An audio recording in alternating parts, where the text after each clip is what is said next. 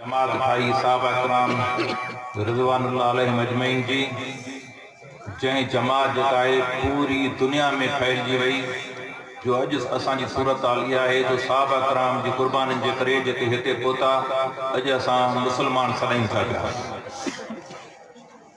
नबी साईं फरमायो त यदुल्लाह अल जमात जमात जे मथां अल्लाह जो अथव हक़ वारी जमात हुजे जेका हक़ वारी जमात जे हेठां उनजे साए में उनजे झंडे में रहो तो तव्हांजी कामयाबी थींदी। मन शद फिनार अकेला थींदो अकेला जहन्नम में पवंदो। इन करे त को बि इनकलाब जेको आहे इस्लामी इनकलाब तॾहिं ईंदो जॾहिं जमात हक़ वारी हुजे ऐं जेका जदोजहद करे। बाक़ी अकेलो माण्हू त कुझु नथो करे सघे। हिन वक़्तु ॾिसो त कहिड़ा कारा कानून नाफ़िज़ कया वञनि था पिया। कहिड़ो न ग़रीब ज़ुल्म जी चकी में पिसी रहिया आहिनि। चओ तरफ़ ग़रीबनि जूं महागाई जूं दाऊं थियनि थियूं पयूं। मोहतरम दोस्तो तव्हां ॾिसो त आख़िर हिते महागाई छो आहे। महागाई अल्लाह ताला पाकिस्तान खे सभु कुझु ॾिनो आहे। तव्हां ॾिसो त अरब मुल्क जेके तरक़ी करे विया आहिनि घणा सऊदी अरब में तव्हां ॾिसो त उतां जा माण्हू अरबपति आहिनि लखापति आहिनि ग़रीब कोई बि कोन्हे। हाणे कुझु सख़्ती थी आहे भई हफ़्ते जेको माण्हू अॻे जेको सऊदी अरब माण्हू वेंदो हो 2-3 साल रहंदो त हाजी साहब बंगलनि जो मालिक ग़रीब थी थो वञे मोटी अचे त हाजी साहब बंगलनि जो मालिक लखापति थी वञे। माना असांजे मुल्क जा माण्हू वञी बि उते ख़ुशहाल थींदा हुआ छाकाणि त उते ईमानदारी आहे दोस्तो। उते अल्लाह ताला उनखे तेल ॾिनो आहे। तेल उते तमामु घणो सस्तो आहे। हिकु ईअं सम्झो त 1 रियाल में 1.5 लीटर आहे। हिते केॾो महांगो आहे दोस्तो। जेतिरो तेल घणो वठंदो ओतिरी साईं खे रियायत थींदी उते। हाणे अल्लाह ताला मां तव्हांखे ॿुधायां त इराक में जॾहिं सदर सद्दाम हुसैन हुयो न तेल जे करे एॾी तरक़ी कयईं एॾी तरक़ी मुल्क खे ॾियारियईं जो इलाज मुकमिल तौर ते मुफ़्त हूंदो। हिकिड़ो ग़रीब माण्हू जेकॾहिं बीमार हुजे उन ऑपरेशन ते 10 लाख रुपया ख़र्चनि त हुकूमत भरींदी। जेकॾहिं हिकिड़ो डॉक्टर थियणु चाहे त उनखे मुकमिल तौर ते सहूलियतूं ॾिनी वेंदी त मुफ़्त तालीम हूंदी हुई। आलिम थियणु चाहे त आलिम लाइ मुफ़्त तालीम हूंदी हुई दोस्तो।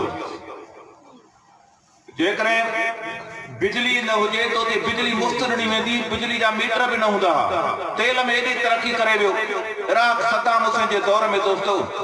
रोड रस्ता त का ॻाल्हि ई कोन हूंदी। मतिलबु त इंसान ज़ात जूं बुनियादी मसइला जेके आराम सां हल थींदा। पर अञा कमाल कंहिं कयो लिबिया जे कर्नल क़द्दाफ़ी उन सिहत जी सहूलियतूं त ॾिनियूं तालीम जी सहूलियतूं त ॾिनियूं आलिम त पैदा कया डॉक्टर त मुफ़्त में पैदा कया रोड रस्ता त ॾिना मदरसा मस्जिदियूं स्कूल ॿारनि में त ॾिने।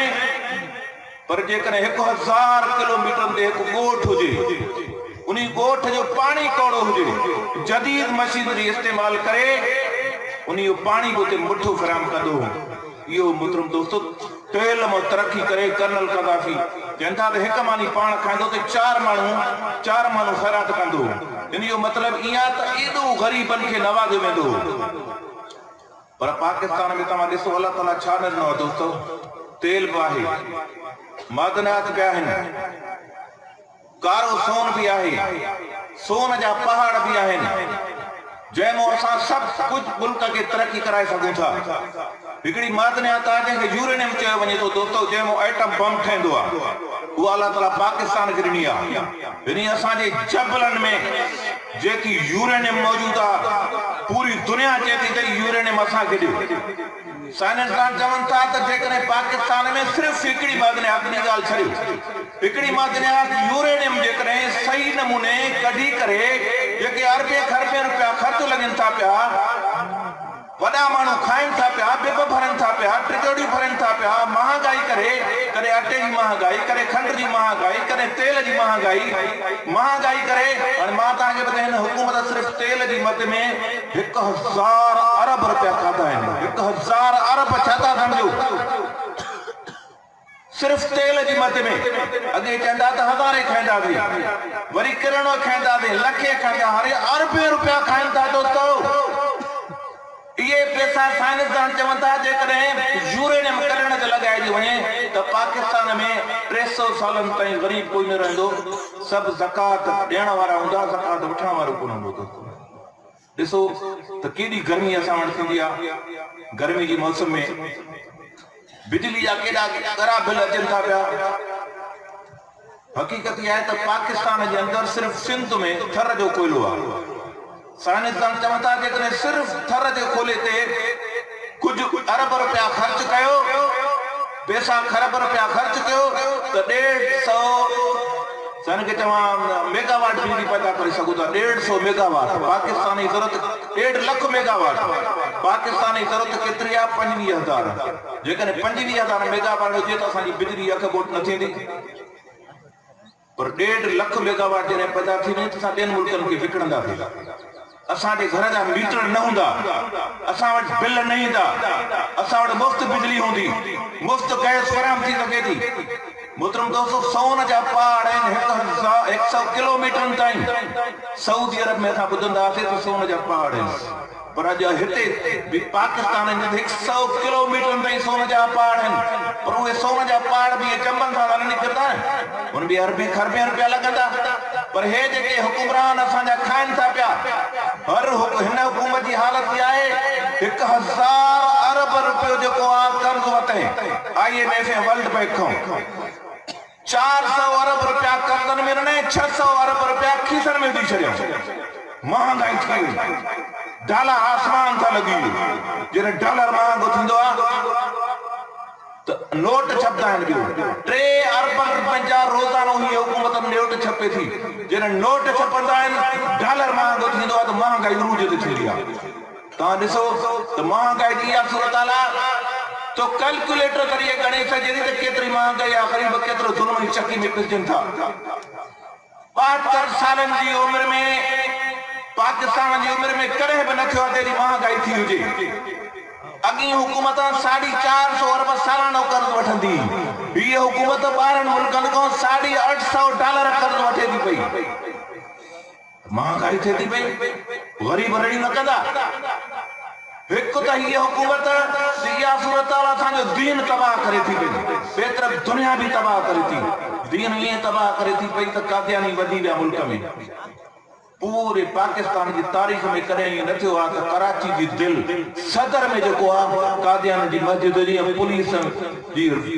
पुलिस जी जेका आहे बीठी हुजे, पुलिस जी क़यादत में उते कादियानी बातूं कनि था पिया। ज़ुल्म न आहे?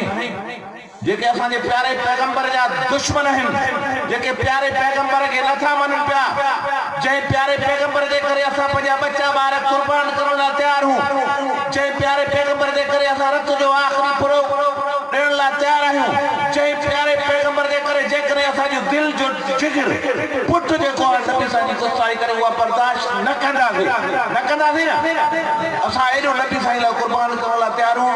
हे हुकुमरान जा हाल इहे लॻा पिया आहिनि त जेके नबी साईं जा गुस्ताख आहिनि कादियानी, उन्हनि खे तहक़ीक़ ॾियारिनि पिया।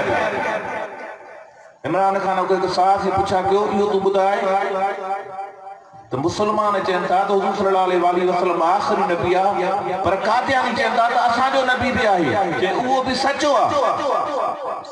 अञा जिक्र असांजो न फाटे दोस्तो, अञा कायदे जमीयत मौलाना फज़ल रहमान रोड ते न निकिरे, मौलाना फज़ल रहमान अञा मार्च जो ऐलान न करे। इसराइल जी अख़बार में आयो आहे त मौलाना फज़ल रहमान जेकी लांग मार्च कई, 40 साल असां अरबे खरबे रुपया ख़र्च करे इमरान खान खे जेको हुकूमत आंदोसीं, असां पंहिंजे पिठू खे आंदोसीं, पर मौलाना फज़ल रहमान 40 साल जी मेहनत असांजी कई, इसराइल जी कई, यहूदियुनि जी जेका मेहनत उहो पाणी में मिलाए छॾी। इहो कायदे जमीयत मौलाना फज़ल रहमान जेको इस्लामाबाद लाइ आऊं न, उते अल्लाह जी महिरबानी सां इस्लामाबाद मार्च खां बाद में कादियानी जा मरकज़ बंदि थी विया, कादियानी लिकी विया, कादियानी भॼी विया, वरी हाणे निकिता आहिनि। ताज़ो थर जो जमीयत जो सदर मिलियो, हालत इहा लॻी पिया त उते पूरे थर में अस्पतालूं खोलियूं अथऊं। कादियानी जेके हुकूमत पैसा ॾिए थी पई, कादियानी मुसलमान गरीब मुसलमानन के कादियानी बनाने की कोशिश कन था या जमीयत उलमा इस्लाम के जबरदस्त समूरन मजहबी तंजीमन के कराए थी शियन के भी कराए थे बिरल के भी कराए थे अहल हदीसन के भी कराए थे अथा शदीद एहतियात किए थे अल्लाह जी मेहरबानी दा एहतियात देखो बाद में या सूरत अल कादियानी बजी गया नबी साईं तने फरमायो जमात जमात मथो अल्लाह जो अथव जमात ही किरदार अदा करे सके थी हां ॾिसो त 24 मस्जिदूं जेके शहीद कई वई आहिनि लाड़कन में सखर में काजे सिंध अल्लाह राशिद मोहम्मद सुबरो बचो सब मस्जिदूं ठहन थी असांजे ज़िले जेकाबाद में भी बनेरा शुरू थी विया अज मुंहिंजी डिप्टी कमिश्नर सां मुलाक़ात थी ढुलवारनि ॿुधायो त 4 मस्जिदूं अचनि थियूं पयूं मां चयुमि त जेकॾहिं ज़िले जेकाबाद में काथे बि मस्जिद खे हथ विधो वियो त इंशाअल्लाह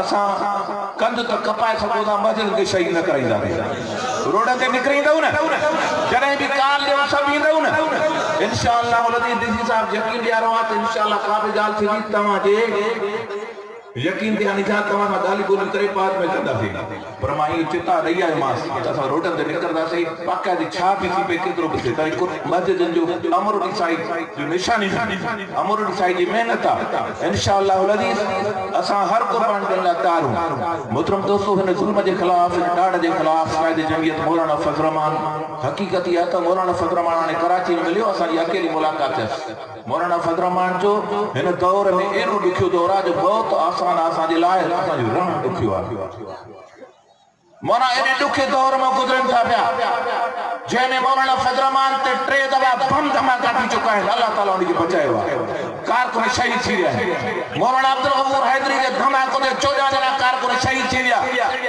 कायदनि ते धमाको थियो एॾियूं मौलाना फज़ल रहमान खे रोज़ाना मुख़्तलिफ़ इदारनि खां फ़ोन अचनि थियूं पियूं पर दीन जे करे दीन जी सरबुलंदी जे करे सची ॿुधायांव जेके असां जमात जूं मख़सूस मीटिंग हाणे शूरा जी मीटिंग थी असां ईअं सम्झूं पिया त जेकॾहिं जमीयत न हुजी आहे न मस्जिदूं मसमार थी वञनि मदरसा ख़तम थी वञनि एॾियूं अंग्रेज़नि जूं साज़िशां आहिनि दोस्तो जेकॾहिं अंगो नंग जेकॾहिं बचियल अथव त जमीयत जे करे बचियल अथव औरतुनि जो अंगो नंग बचियल अथव मस्जिदूं बचियल अथव ॾाढियूं जेकॾहिं बचियल अथव दीन बचियल अथव हक़ीक़त जमीयत उलमा इस्लाम जे करे अथव मां तव्हांखे ॿुधायां हिन वक़्त बि अहिड़ा मुल्क आहिनि जाते दाढ़ी रखण लाइ लेसन जो हुकुम आहे लेसन वठो जीअं हथियार जो लेसन वठो आहे न लेसन वठो 10 साल लेसन ते पाबंदी दाढ़ी रखण ते पाबंदी बाबा दाढ़ी न रखणी हिन वक़्त में अहिड़ा मुल्क बि आहिनि जाते दाढ़ी रखण ते पाबंदी आहे मौलवी छा कंदा आहिनि मौलवी जेको निमाज़ पढ़ाईंदो आहे दाढ़ी हूंदो आहे दाढ़ी टंगी बीठी हूंदी आहे दाढ़ी पाए निमाज़ पढ़ाए वरी दाढ़ी टंगे वेंदो आहे एड़ा मुल्क भी अथव दोस्तो एड़ा निज़ाम जेके हिन मुल्क में झकण चाहिनि था पिया ही ज़ालिम हुकूमतूं तंहिंजे करे जमीयत जो साथ ॾियो कायदे जमीयत मौलाना फज़ल रहमान जो हुकूमत 26 जेकी ॿार थिया उन लाइ भरपूर तयारियूं इंशाअल्लाह तव्हां हलंदो दोस्तो अल्लाह ताला तव्हांजी हीअ दुनिया आख़िरत कामयाब कंदो महिरबानी अस्सलाम वालेकुम वरहमतुल्लाह